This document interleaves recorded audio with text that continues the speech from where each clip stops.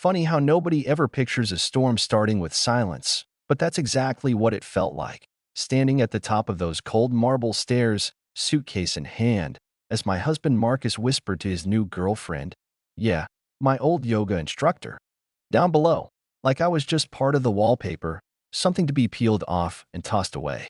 His mother, Diane, sipping her white wine like she'd earned every bitter drop, just watched it all like she was at the movies, never even glanced my way. 10 years in that house, and that's how it ended.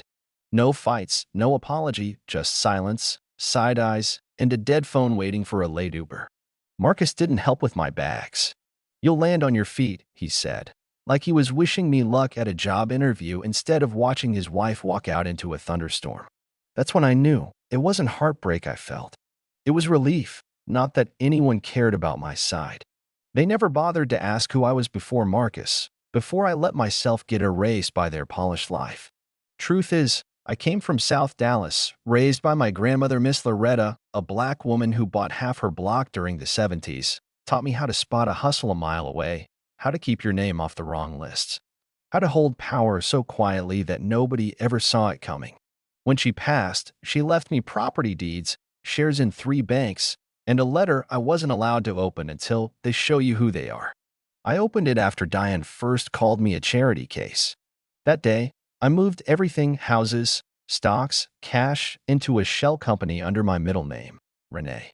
Marcus never knew. I wanted love, not leverage. I drove an old Toyota, wore clearance dresses, split bills, let them think I was the outsider clinging on. Diane and Marcus's sisters made sure I heard every joke about my lack of ambition, about my pedigree, all while I just smiled, waiting. So, when I left, I went to a cheap motel, not because I had to, but because sometimes silence is the only way to think straight. I reread Miss Loretta's notes, tracked market shifts, called lawyers and brokers using my middle name. In 3 weeks, I closed on 4 commercial buildings in Atlanta, snatched up 2 beauty brands, and quietly bought out a failing luxury label from one of the Harrison's rivals. I wasn't mad. I was busy, and trust me, focused women are dangerous.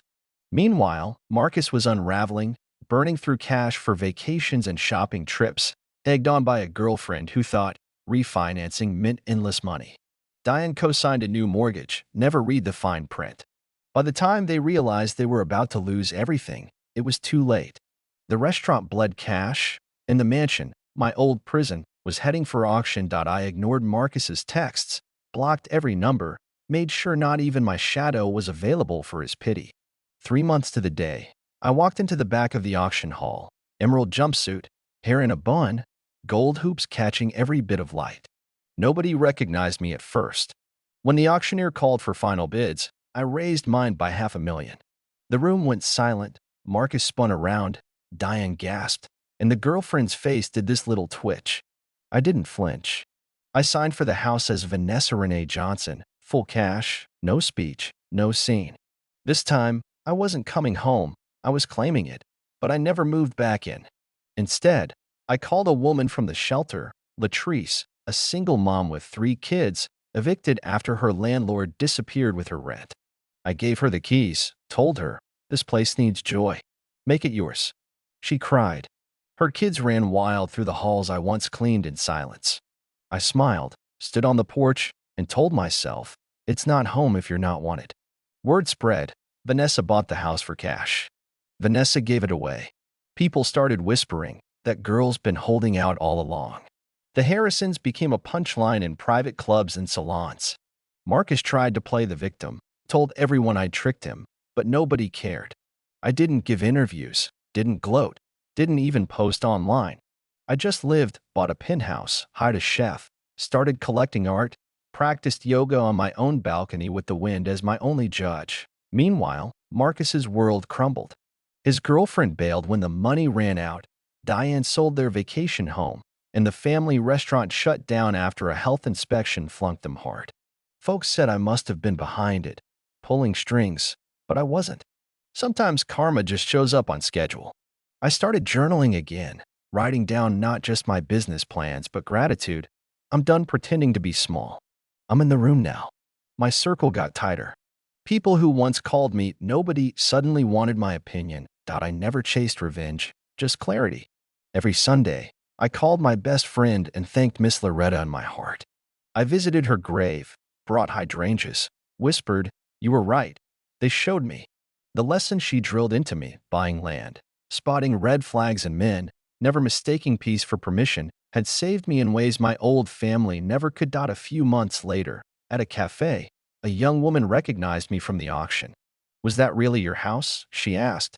When I told her it used to be, she just shook her head in awe. "Giving it away, that was boss." I laughed. I didn't give it away. I freed it.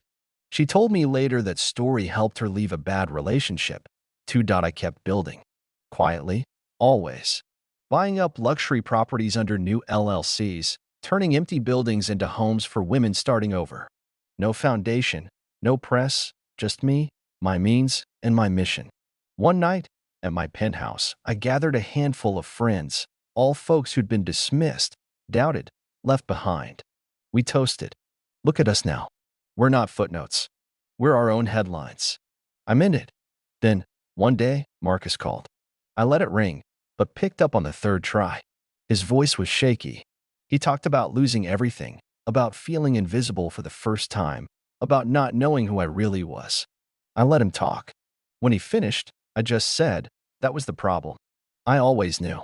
I hung up. No tears, no anger, just closure. That night on the balcony, I thought about how often I'd shrunk myself to fit someone else's story.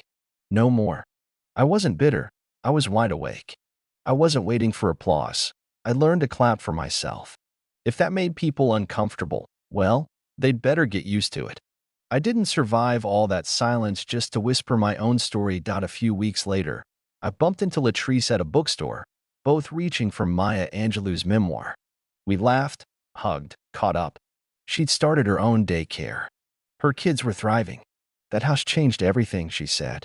"No," I told her, "you did." Two women who used to feel invisible, now living out loud. Life spun on. The Harrisons faded into the background, just shadows in my rear view. I wasn't out for vengeance. I was out to create spaces where women could start over, quietly, powerfully, and without apology.